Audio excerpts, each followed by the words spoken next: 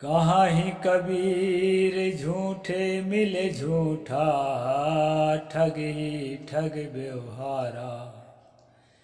तीन लोक भरपूरी रहा है, नाही है पतियारा। नमस्कार दोस्तों, मैं अविनाश दास रेशनल कबीर यूट्यूब चैनल में आप सबका हार्दिक स्वागत करता हूँ। साथियों, यदि आप चैनल को सब्सक्राइब नहीं किए हैं तो सब्सक्राइब ज़रूर करें, शेयर करके अपने सभी साथियों तक पहुंचाएं, बेल आइकन को प्रेस करें, ऑल नोटिफिकेशन ऑन करें ताकि हर नया अपडेट आप तक पहुंच सके। कमेंट लिखें दोस्तों, और जो है लाइक ज़रूर करें।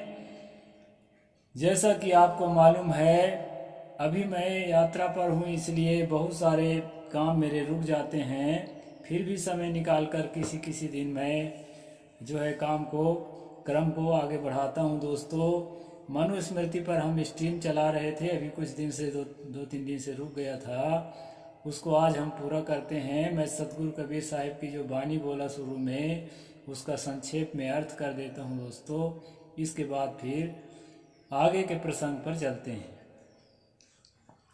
सतगुरु ने कहा, कहें कबीर झूठे मिल झूठा, ठग ही ठग व्यवहारा। तीन लोग भरपूरी रहा है, नाही है पतियारा। साहेब कहते हैं कि लोग सच्चाई को समझ नहीं पाते, सच्चाई के ऊपर विश्वास नहीं रखते हैं। जहाँ देखो तहाँ झूठ झूठ झूठ, झूठ पर ही बोलने वाला खुश है, झूठ पर ही सुनने वाला खुश है। साथियों, जब दिमाग में झूठ जो है अच्छी तरह से घर कर जाता है तो लगता है कि इससे अलग कोई दुनिया ही नहीं है। आदमी के अंदर स्वर्ग नरक के जो है लोभ और भय जब क्रिएट हो जाता है, आदमी के अंदर देवता और भगवान के अस्तित्व के बारे में जब आस्था क्रिएट हो जाता है, तो उसके प्रतिकूल कुछ भी करने के लिए उसमें हिम्मत नहीं बचती है। उसके प्रतिकूल अगर कोई सच बता रहा है तो उस पर उसका भरोसा नहीं टिकता है, बल्कि डर लगता है कि अगर ये किसी को लगता भी है कि ये सच है लेकिन वो स्वीकार नहीं कर पाता है।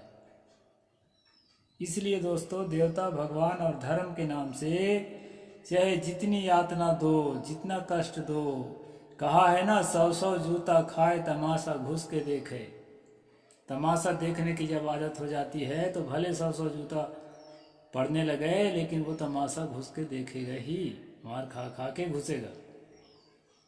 तो हमारे लोगों में ऐसे अभ्यास हो गया है भगवान के प्रति, धर्म के प्रति, मनु के प्रति, चाहे जितनी सज़ा दो वो सज़ा झेल लेंगे, लेकिन उनको पक्का विश्वास है कि हमको परमात्मा ने शुद्र ही बनाया है, इसीलिए बनाया है, सेवा करने के लिए बनाया है, टट्टी फेंकने के लिए बनाया है, और जो है मरे पशु उठाने के लिए बनाया है, दूसरे के कपड़ा धोने के लिए बनाया है, दूसरे का तेल पेरने के लिए बनाया है, दूसरे खेत में हल जोतने के लिए बनाया है।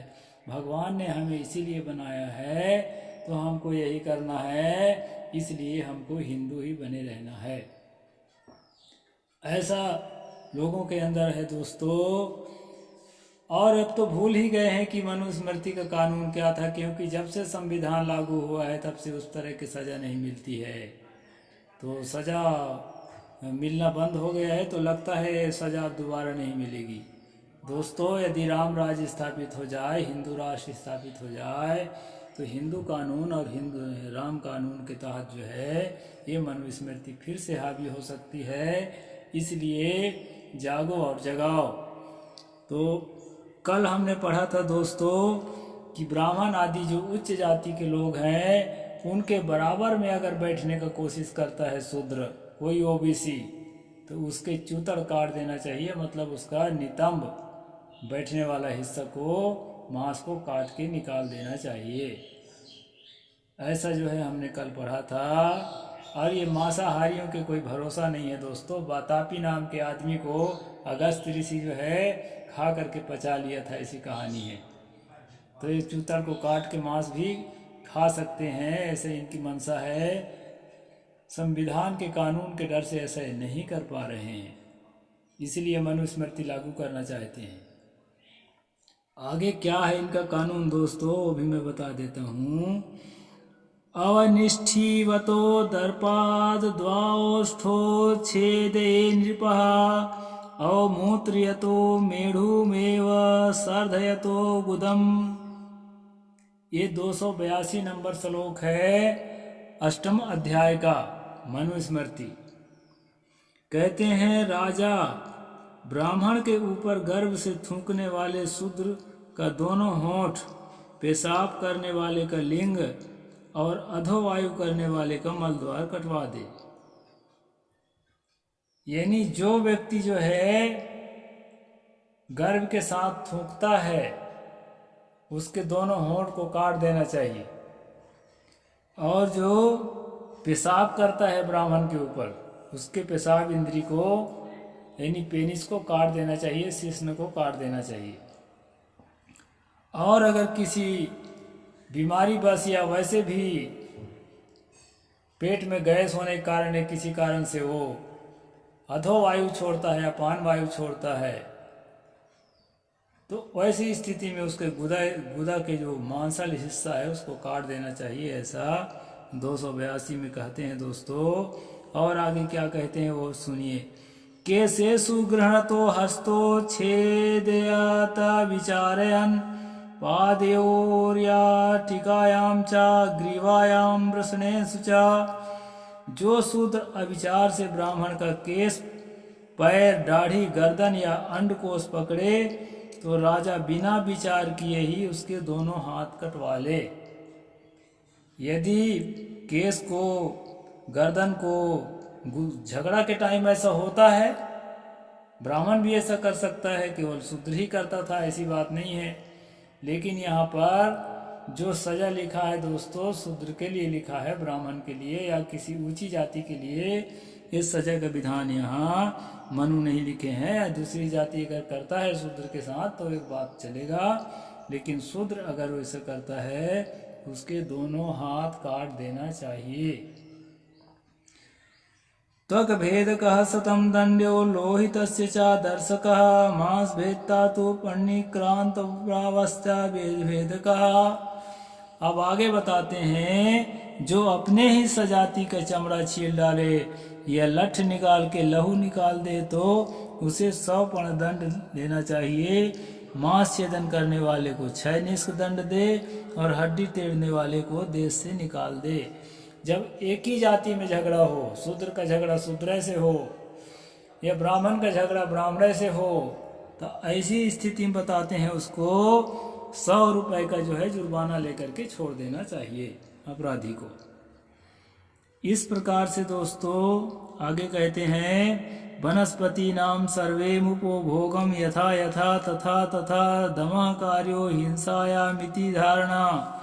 वृक्षों के फूल और पत्तों का जैसा उपभोग हो उसे नष्ट करने वाले तो उसी अनुसार दंड देना चाहिए। यानी पेड़ पौधों को नुकसान करने वाले को भी यहाँ दंड देने का विधान लिखा गया है। अंगावा पीटनायाम च व्रणशोणित तयोस्तथा समुत्थाना भयम वृद्धाप्यम सर्वदंडमय थापि वा। अंगों में अधिक चोट लगने या रुधिर बहने के कारण अधिक पीड़ा होने पर राजा उसके औषधि और पथ्य पानी के कुल खर्च मारने वाले से दिलाए न देने पर उसे पूरा दंड दे। यदि मारपीट किया है और चोट लगी है तो उसको जो है राजा का कर्तव्य है कि मारपीट करने वाले को उसका जो है दिला दे, क्या जो दवाई में खर्चा लगता है वो दिला दे।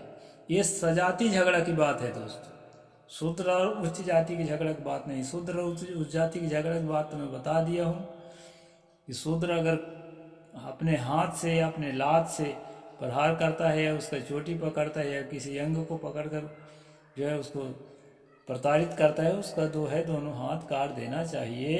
ये शूद्र के लिए विधान मैं आपको बता चुका हूँ। और अन्य जातियों में जो सब सजाति झगड़ा है उसका यहाँ पर बताया गया है कि उसको 100 रुपये का दंड देना है और जो है फल फूल उपभोग करने वाले को भी दंड देना है। मनुष्य मनुष्याणां पशूनां च दुःखाय प्रहते सति यथा यथा महद दुखम दंड कुर्यात् तथा तथा। मनुष्य और पशु को दुख देने के लिए प्रहार करने पर उन्हें जितना कष्ट हो प्रहारकर्ता को भी उतना ही दंड करें। यानी मारने वाला अगर मारा है तो उसके कोड़ा बरसा के उसके मार करके ही उसको सजा देना चाहिए। ऐसा यहाँ पर मनु जी कह रहे हैं। आगे जो बात है दोस्तों, छोटे छोटे टुकड़ों में एपिसोड कर रहा हूँ। अब आगे जो बात है वो कल बताऊंगा। साहेब बंदगी। जय भीम, जय जोहार, जय भारत।